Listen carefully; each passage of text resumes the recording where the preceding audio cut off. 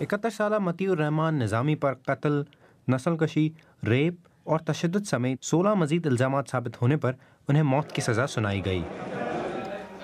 मतीउर रहमान 1971 में होने वाली जंग में पाकिस्तान हमी मिलिशिया, अल बदर फोर्स और जमात इस्लामी के यूथ विंग के कायद थे। उनको इंसानी हुकूक की खिलाफ वर्जी करने के इल्ज़ामात का भी सामना था।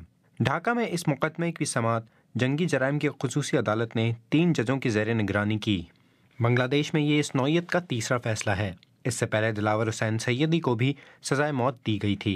ताहम बांग्लादेश सुप्रीम कोर्ट ने इस फैसले को अपील के बाद इस साल सितंबर में उम्र कैद में तब्दील कर दिया था, जबकि गुज़िश्ता साल दिसंबर में जमात इस्लामी के ही अब्दुल कादिर मुल्ला को जंगी जराइम साबित होने पर फांसी दे दी गई। बांग्लादेश में इन फैसलों के बाद जमात इस्लामी के हामियों की तरफ से मुल्क के बेशतर इलाकों में मुजाहरे किए गए हैं। जमात इस्लामी ने अदालत के फैसले पर शदीद रद्द-ए-अमल जाहिर करते हुए जुमेरात, इतवार और पीर के रोज़ हड़ताल की कॉल दी है। Ghazanfar Haider, BBC news.